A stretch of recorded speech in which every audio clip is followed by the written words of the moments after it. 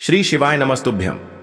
हर हर महादेव। दोस्तों, पूज्य गुरुजी ने अभी अपनी कल की शिव महापुराण की कथा में रविवार के दिन किया जाने वाला 11 गेहूं के दाने का एक ऐसा विशेष उपाय बताया है जो उन्होंने आज तक अपनी किसी भी कथा में नहीं बताया है।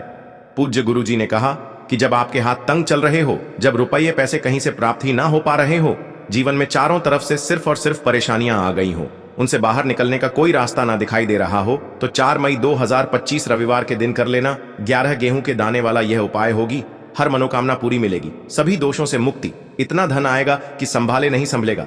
माता लक्ष्मी जी और महादेव जी के आशीर्वाद से पूरे साल धन बरसता रहेगा।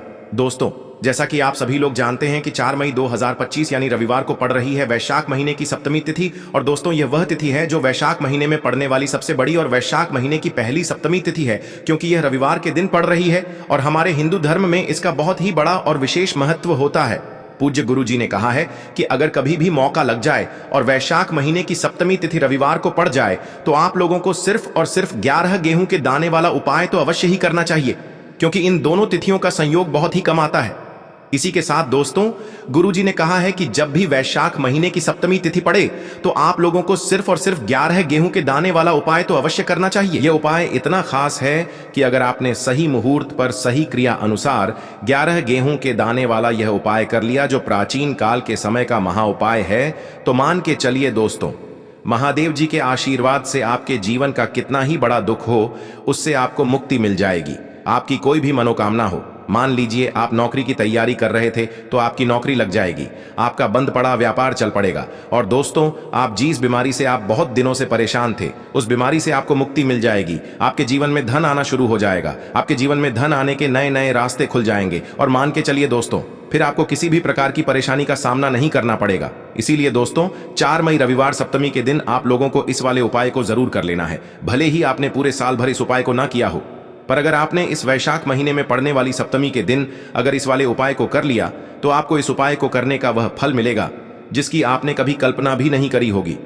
इसीलिए आप लोग इस गेहूं वाले उपाय को एक बार जरूर कर लेना, ताकि आप लोगों के हाथ से यह मौका न जा सके और आपको इस उपाय को करने का फल मिल सके।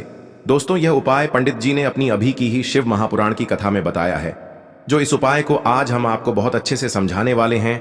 इस वीडियो को देखने के बाद इस उपाय को समझने के लिए आपको कोई और वीडियो को देखने की जरूरत नहीं पड़ेगी। तो दोस्तों, इस उपाय को आपको कैसे करना है, कब करना है, कहां पर करना है, और उपाय को करते समय आपको किन किन गलतियों को नहीं करना है और आपको किन किन बातों का ध्यान रखना है, ये सारी जानकारी हम आपको इस वीडियो में देंगे। तो चलिए भक्तों, उपायों को शुरू करते हैं।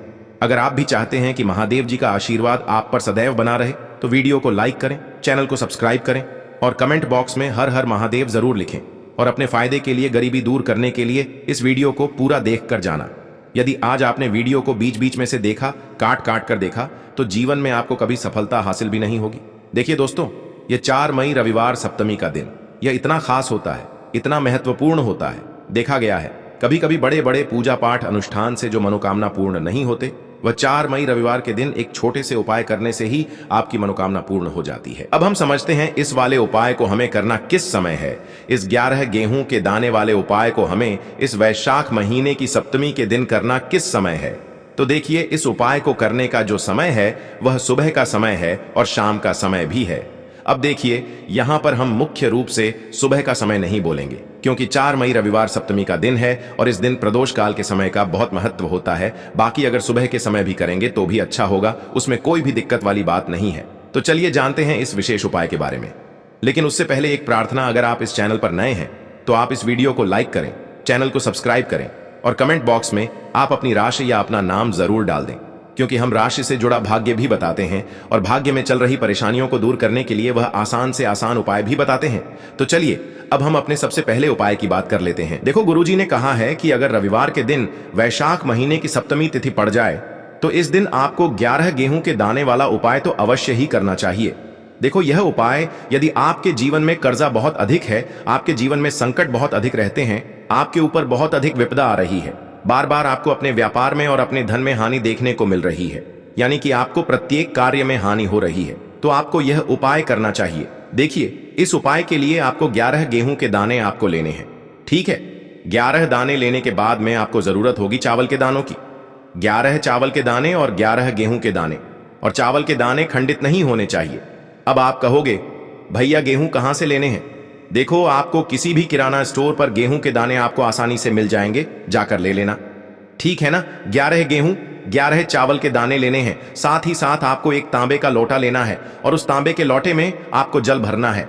जल आपका खुद के घर का होना चाहिए, मंदिर का नहीं होगा। अब आप ये सब सामग्री लेकर पहुंच जाओगे महादेव के शिवलिंग के पास में। शाम के टाइम पे प्रदोष काल में देखो, जब आप ये उपाय कर रहे हो तो अपना फेस रखना उत्तर दिशा, नॉर्थ डायरेक्शन की तरफ। अब यहां पर जो मैं आपको क्रम बताने जा रहा हूं ना, उस मेरे क्रम को बहुत ध्यान से सुनिए। महादेव को अगर कोई सबसे प्रिय है ना, तो उनकी सबसे छोटी पुत्री, जिनका नाम है माता अशोक सुंदरी। जो आपके पास में चावल के 11 दाने हैं ना, उन चावल के 11 दानों को माता अशोक सुंदरी के स्थान पर आपको अपना नाम और गोत्र बोलते हुए समर्पित कर देने हैं, है ना? और चावल के दानों को रखने के बाद में जो आपके पास में तांबे का लौटा है ना, उस तांबे के लौटे को कहीं पे भी हम जल नहीं चढ़ाएंगे। सिर्फ और सिर्फ माता पार्वती का जो हस्तकमल आपको दिख रहा है, यहीं पे गोल गोल आपको समर्पित करना है उसी जल को, और कहीं नहीं। ना तो माता अशोक सुंदरी के स्थान पर, ना तो शिवलिंग के ऊपर, सिर्फ आपको यहां पे गोल गोल जलाधारी पर आपको उस जल को समर्पित करना है। अब आपके पास में बचे हुए हैं 11 गेहूं के दाने और बचे हैं। उन्हीं 11 गेहूं के दाने को आपको अपनी मनोकामना अपने विशेष कहते हुए महादेव के शिवलिंग के ऊपर, अगर आप वैशाख सप्तमी के दिन प्रदोष काल में समर्पित कर देते हैं, तो आपकी जो भी मनोकामनाएं होंगी, जो भी विश होंगी, महादेव पूरी जरूर करते हैं। अन्न को समर्पण करने से, उस खासकर गेहूं को समर्पण करने से हमारी इच्छाएं पूरी होती हैं। और अगर वह दिन रविवार का दिन हो, तब तो इससे सुंदर संयोग कुछ भी नहीं हो सकता। आपकी इच्छाओं को पूरा करने के लिए बहुत स्पेशल, बहुत प्यारा सा उपाय आप सभी को जरूर करना है। ध्यान में रखिएगा, यह उपाय प्रदोष काल में करना है। देखो, गुरुजी ने कहा है, भगवान शिव के शिवलिंग पर 33 कोटि देवी देवताओं का वास होता है। अगर हम शिवलिंग के सामने कुछ भी उपाय करते हैं तो हमारे सभी देवी देवता हमसे खुश हो जाते हैं। यह उपाय आपको अवश्य करना है। देखो, सुबह के टाइम नहीं कर सकते, ठीक है?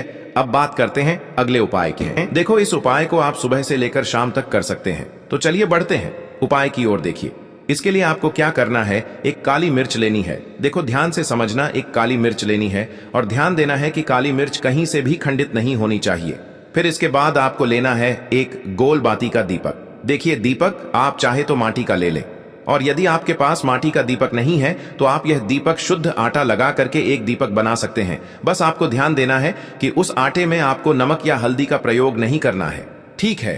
तो आप एक बढ़िया सा दीपक बना लें और उस दीपक में गोल बाती लगा करके उस दीपक में आपको घी भरना है। देखो, गाय का शुद्ध घी आपको उस दीपक में भरना है।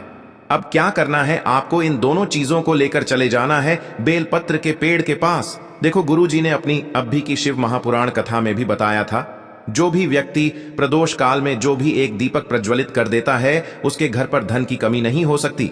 देखो, यदि आपके घर के आसपास कहीं बेलपत्र का पेड़ नहीं है या घर से काफी दूर पड़ता है और आप जा नहीं सकते, तो आगे हम यह भी बताएंगे कि कैसे इस उपाय को करना है। अगर बेलपत्र वृक्ष ना हो तो देखो, अब आपको प्रदोष काल में इन दोनों चीजों को लेकर चले जाएं बेलपत्र के पेड़ के पास में।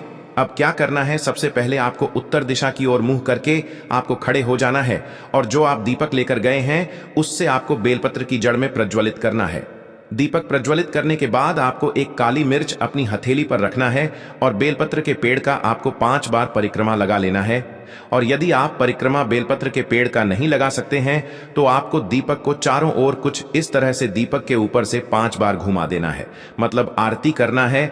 और घुमाने के बाद आपको उसी काली मिर्च को दीपक में डाल देना है और वहीं पर बैठकर हाथ जोड़ करके आंख बंद करके आपको जो भी आपके जीवन में समस्याएं हैं, घर से लक्ष्मी जी का निवास नहीं है, घर में लक्ष्मी जी प्रवेश नहीं कर रही है, और भी जीवन में जो भी समस्याएं हैं, तो उस समय आपको विनती करनी है, ठीक है?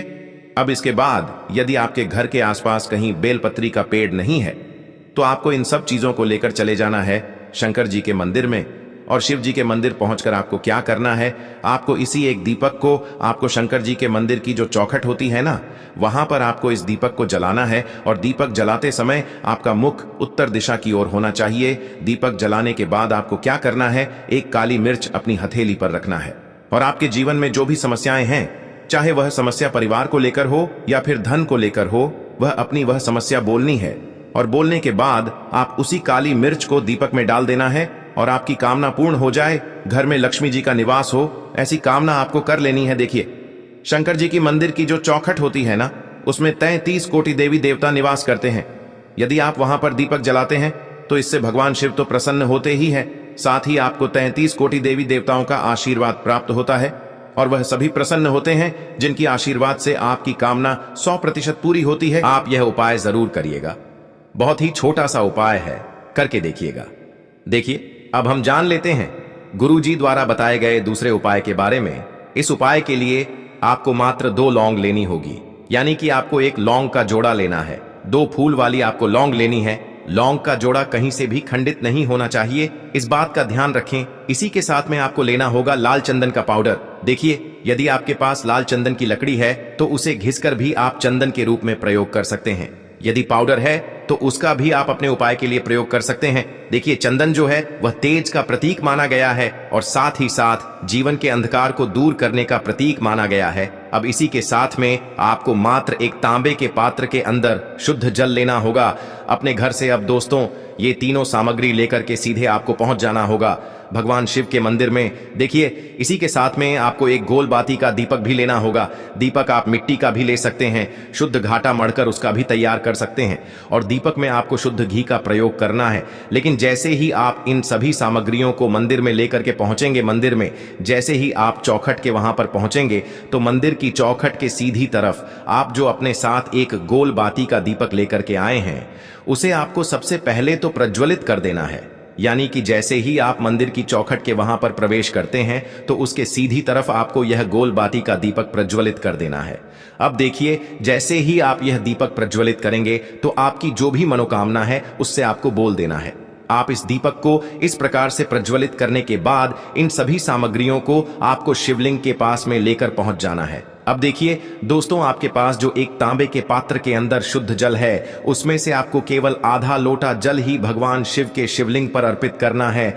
आधा लोटा जल आपको उसी पत्र के अंदर बचा लेना है। अब दोस्तों, आपके पास जो 2 लौंग है यानी कि एक लौंग का जोड़ा है, उससे आपको अपना नाम और अपने गोत्र को बोलते हुए आपकी जो भी समस्या चल रही है, आपके जीवन में जो भी परेशानी उत्पन्न हो रही है, उन्हें आपको बोल देना है। और ये जो लौंग का जोड़ा है इसे आपको भगवान शिव के शिवलिंग पर अर्पित कर देना है। जैसे ही आप यह 2 लौंग शिवलिंग पर चढ़ाएंगे तो अपना हाथ जो है वहां पर आपको रखना है और महादेव से आपको प्रार्थना करनी है कि मेरे जीवन की यह जो परेशानियां हैं वह सभी दूर हो जाएं। यानी कि आपके जीवन में धन की संबंधित परेशानी चल रही है, कर्ज की समस्या चल रही है, बच्चों का पढ़ाई लिखाई में मन नहीं लग पा रहा है, घर के जो आर्थिक संकट है वह सभी दूर हो, व्यापार आपका ढंग से नहीं चल पा रहा है, घर में रोग की स्थिति बनी हुई है, यानी कि जिस भी प्रकार की आपकी समस्याएं हैं उसे आपको महादेव से बोल देना है और महादेव से इन सभी समस्याओं को दूर करने के लिए आपको प्रार्थना कर लेनी है। अब देखिए दोस्तों, आपने जो 2 लौंग शिवलिंग पर समर्पित की थी उसे आपको वहां से उठा लेना है और इन दोनों लौंग को आपको शिवलिंग से उठा करके सीधे उससे जल के पात्र के अंदर डाल देना है। यानी कि आपने आधा लोटा जल और बचाया हुआ था, उसी के अंदर आपको यह 2 लौंग डाल देनी है। और साथ में आप जो लाल चंदन लेकर के आए थे उस लाल चंदन को भी आपको उसी पात्र के अंदर डाल देना है। यानी कि आधा लोटा जल और बचा हुआ है तो उसी आधे लोटे जल के अंदर आपको यह लाल चंदन भी डाल देना है। अब देखिए, इस आधे लोटे जल में है जिसमें आपने 2 लौंग डाली है, लाल चंदन डाला है, उसे सीधे लेकर के आपको पहुंचना है बेलपत्र के वृक्ष के वहां पर। देखिए, बेलपत्र का वृक्ष यदि आपके घर पर है तो वहां पर आपको आ जाना है। आपके घर के आसपास कहीं भी है तो वहां पर आपको पहुंच जाना है। और उसके बाद आपका जो मुख है वह उत्तर दिशा की ओर होना चाहिए। और उसके बाद आपको अपना नाम और अपने गोत्र को बोलना है और पुनः अपने जो भी परेशानियां शिवलिंग के पास में बोली थी उन्हें आपको वापस से बेलपत्र के वहां पर भी बोल देनी है। और यह जो आधा लौटा जल और है इससे आपको पूरा बेलपत्र के वृक्ष की जड़ में श्री शिवाय नमस्तुभ्य इस मंत्र का जाप करते हुए समर्पित कर देना है। तो बस इतना सा उपाय आपको करना है। जो भी आपकी परेशानी है, समस्या है, उससे महादेव निश्चित ही दूर करेंगे। अब दोस्तों, हम जान लेते हैं तीसरे चमत्कारी और विशेष उपाय के बारे में। देखिए, यह उपाय बहुत ही चमत्कारी है क्योंकि इस उपाय से आपके जीवन में तेज की वृद्धि होगी। यानी कि जीवन से जितना भी अंधकार है वह सभी दूर होगा। तो इस उपाय के लिए आपको मात्र एक गुड़ का टुकड़ा लेना है। गुड़ का टुकड़ा आपके जीवन में तेज की वृद्धि करता है और साथ ही साथ आपके जीवन से जो अंधकार है उसे दूर करता है। इसी के साथ मैं आपको एक चावल दाना यानी कि अक्षत का दाना लेना है। ये चावल का दाना आपके जीवन में सुख शांति को लेकर के आता है। आपके जीवन में धन की जितनी भी परेशानियां हैं उन्हें समाप्त करता है। इसी के साथ में आपको मात्र एक हरा मूंग लेना है। हरा मूंग जो है वह बुध ग्रह को प्रसन्न करता है। देखिए, हरे मूंग का उपाय करने से बुध ग्रह मजबूत होता है और बुध ग्रह के मजबूत होने से बुद्धि, ज्ञान और विवेक की प्राप्ति होती है। तो ये तीनों ही सामग्री आपको एक एक लेनी है, यानी कि एक गुड़ का टुकड़ा, एक चावल का दाना, एक हरा मूंग आपको लेना है। देखिए, हरा मूंग का दाना और चावल का जो दाना है वह आपको सबूत लेना है, खंडित नहीं होना चाहिए। और इसी के साथ में आपको मात्र एक तांबे के पात्र के अंदर अपने घर से शुद्ध जल ले लेना है। देखिए, अब इन सभी सामग्रियों को लेकर के सीधे आपको पहुंच जाना है भगवान शिव के मंदिर में। आप यह उपाय सुबह से लेकर शाम तक किसी भी समय कर सकते हैं, लेकिन रविवार के दिन ही आपको इस उपाय को करना है। तो सबसे पहले तो ये जो एक गुड़ का टुकड़ा है, एक चावल का दाना है और एक हरा मूंग का दाना है, उन तीनों को आपको उस जल के पात्र के अंदर डाल देना है। लेकिन ये जो उपाय है आपके जीवन की सारी परेशानियों को दूर करने के लिए होता है, लेकिन विशेष मनोकामना तीनों सामग्रियों से ही आपकी परिपूर्ण हो जाती है। देखिए, यदि आपके जीवन तेज होगा तो सभी आपसे वार्तालाप करेंगे, सभी आपसे बात करेंगे और आपका जो मान सम्मान है वह बढ़ता है। और चावल का जो दाना है वह धन में वृद्धि करता है, मन की शांति के लिए होता है। और हरा मूंग जो है वह बुद्धि, ज्ञान और विवेक की प्राप्ति के लिए होता है। अब देखिए, यह जो एक पात्र है इससे आपको भगवान शिव के शिवलिंग पर धीरे धीरे अर्पित कर देना है। श्री शिवाय नमस्तुभ्यम इस मंत्र का जाप करते हुए और तुम्रुकेश्वर महादेव का मन में स्मरण करते हुए। लेकिन तुम्रुकेश्वर महादेव का स्मरण करने से यह जो उपाय है और अधिक प्रभावशाली हो जाता है। तो तुम्रुकेश्वर महादेव का स्मरण करते हुए यह उपाय करने से आपके जीवन में जो भी अशांति है वह सभी दूर हो जाएगी। तो इस प्रकार से आपको यह सुंदर सा उपाय कर लेना है। इसके बाद बात करते हैं तीसरे उपाय की। देखो, ये उपाय बहुत ही अचूक उपाय है जो आपको करना है। देखो, इस उपाय के लिए आपको 2 दीपक लेने हैं। देखो, दोनों दीपक आपको मिट्टी के दीपक लेने हैं। उसके बाद आपको दोनों दीपक को प्रज्वलित करने के लिए आपको लंबी बाती लेनी है और ये दीपक घी और सरसों के तेल से दीपक प्रज्वलित करने हैं। यह सब लेने के बाद आपको लेना है एक कटोरी में कच्चा दूध थोड़ा सा लेना है। उसके बाद आपको लेना है एक लोटा जल। देखो, गुरु जी ने इस उपाय के लिए बताया है कि यह उपाय आपको प्रदोष काल में करना है। कहते हैं कि बेलपत्र के वृक्ष में प्रदोष काल के समय में महादेव वास करते हैं। उस समय हम कोई भी उपाय करते हैं तो उसका फल हमें अवश्य मिलता है। देखो, अब ये सब सामग्री लेकर आपको प्रदोष काल में चले जाना है बेलपत्र के वृक्ष के वहां पर।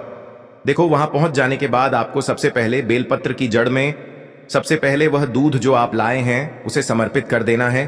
उसके बाद आपको जो एक लोटा जल जो आप लाए हैं वह आपको धीरे धीरे बेलपत्र की जड़ में समर्पित कर देना है। उसके बाद आप जो दीपक लाए हो, दोनों दीपक को आपको बेलपत्र की जड़ में बेलपत्र की तरफ मुंह करके बाती का आपको एक दीपक घी का और एक दीपक तेल का प्रज्वलित कर देना है और आपकी जो भी मनोकामनाएं हैं वो महादेव को बोलना है। देखो, गुरु जी ने कहा रविवार के दिन पर बेलपत्र की जड़ में दीपक प्रज्वलित कर देता है, महादेव उसकी सभी मनोकामना पूरी कर देते हैं।